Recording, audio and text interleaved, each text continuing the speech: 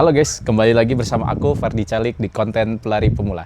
Kali ini kita akan membahas teknik lari yang sebenarnya ini adalah hal yang paling dasar ya ketika kita berlari. Buat teman-teman yang penasaran ataupun yang ingin menambah informasi tentang teknik lari, boleh tonton video ini sampai selesai. Oke, di video sebelumnya ada yang bertanya, Mas, gimana sih caranya lari 2 km tapi nggak ngos-ngosan? Atau lebih dari 2 km nggak gampang ngos-ngosan? Ya, sebenarnya balik lagi. Yang pertama, ketika pace kalian memang sudah tinggi, itu pasti akan terjadi ngos-ngosan. Tapi ini biasanya untuk pelari pemula, kalian bisa menggunakan dua teknik ini. Yang pertama adalah form larinya, yang kedua adalah teknik pernapasan. Kita bahas dulu dari form badan lari ya, ketika berlari. Oke, yang pertama, teman-teman bisa mencontoh gerakan form badan ketika berlari. Badan tidak boleh terlalu condong ke depan. Kenapa?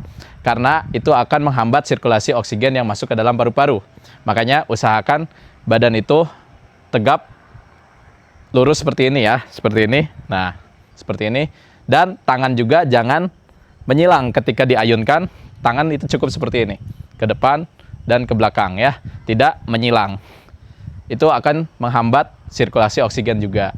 Yang kedua adalah teknik pernapasan. Teknik pernapasan yang biasanya dilakukan untuk pelari pemula khususnya, yaitu dua teknik tarik napas dan dua teknik buang napas. Gimana caranya? Ketika kalian melangkah kaki kiri, itu tarik napas dari hidung sekitar 50%.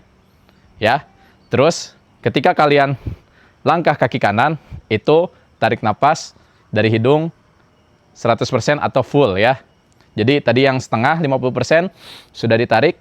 Nah, nanti setengahnya lagi ketika kalian melangkahkan kaki yang satunya lagi atau kaki kanan misalnya. Nah, terus buangnya juga sama.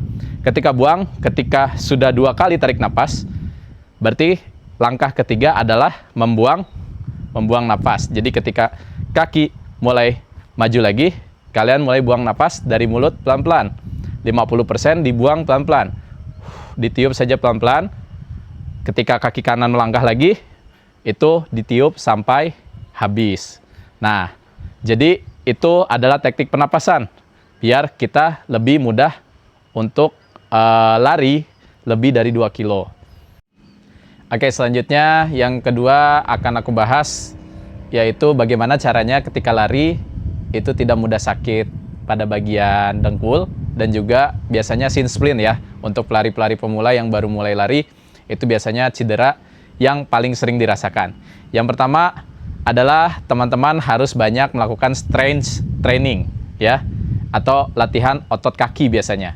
Nah, strength training ini bisa kalian lakukan, bisa squat, bisa lunges, terus juga ada namanya latihan plyometric. Plyometric ini teman-teman juga bisa lakukan seperti pogo jump dan sebagainya. Nanti mungkin akan kita bahas di video selanjutnya ya. Nah, 3 teknik tadi itu bisa sebagai antisipasi teman-teman ketika berlatih ya. Ketika berlatih sebelum melakukan lari-lari yang jaraknya mungkin 5 kilo atau yang baru lari, itu bisa teman-teman lakukan ya. Nah, selanjutnya yang kedua yaitu terhidrasi. Jadi jangan lupa ketika berlari, meskipun itu hanya 5 kilo, teman-teman juga harus memperhatikan bagaimana konsumsi asupan hidrasi kalian. Jadi jangan sampai ketika kalian lari 5 kilo, hanya 5 kilo berlari, nggak perlu minum lah, nanti aja minumnya. Nah, itu tidak dicontoh ya, tidak baik untuk dicontoh. Karena lari yang baik itu ketika hidrasi kalian juga cukup baik atau asupan nutrisi kalian juga itu cukup baik ya. Jadi misalnya baru 2 kilo kalian sudah haus, nah itu juga kalian harus perhatikan ya. Kalian boleh langsung minum atau istirahat sejenak. Terus yang ketiga, balik lagi, jangan terlalu memaksakan. Nah, ini yang biasanya paling sering aku bahas di video-video sebelumnya. Teman-teman jangan terlalu memaksakan. Misal teman-teman sudah mulai terasa nih di kilometer 2, di kilometer 3 itu udah mulai terasa sakit pada bagian kaki atau shin splint. Nah, itu teman-teman harus mengurangi kecepatan. Atau bahkan bisa teman-teman jalan, nggak apa-apa. Jangan malu ketika kalian berlari, kalian berlatih, tapi kalian tidak kuat berlari sampai target yang kalian tentukan. Misalnya target 5 kilo, ternyata kalian udah jalan di kilometer kedua ya. Nah itu jangan takut malu ya. Terus yang keempat yaitu posisi kaki, posisi telapak kaki. Ketika kalian mendarat, posisikan telapak kaki pada bagian bola-bola kaki. Jangan sampai teman-teman terlalu ke belakang ataupun terlalu ke depan. Kecuali kalau teman-teman pelari sprint, itu mungkin bisa menggunakan kaki bagian depan ya.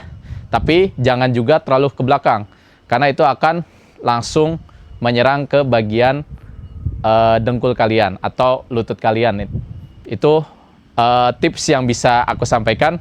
Semoga bermanfaat. Kalau misalnya teman-teman penasaran nih, atau ternyata pas dicoba masih ada sakit lagi, mungkin nanti kita akan bahas di video bagaimana cara penanganan cederanya ya. Itu. Terima kasih yang sudah menonton video kali ini. Semoga teman-teman mendapatkan inspirasi atau makin semangat untuk berlatih lari lagi. Untuk teman-teman pemula, terima kasih. Jangan lupa subscribe video ini dan juga tonton video aku selanjutnya. Bye-bye.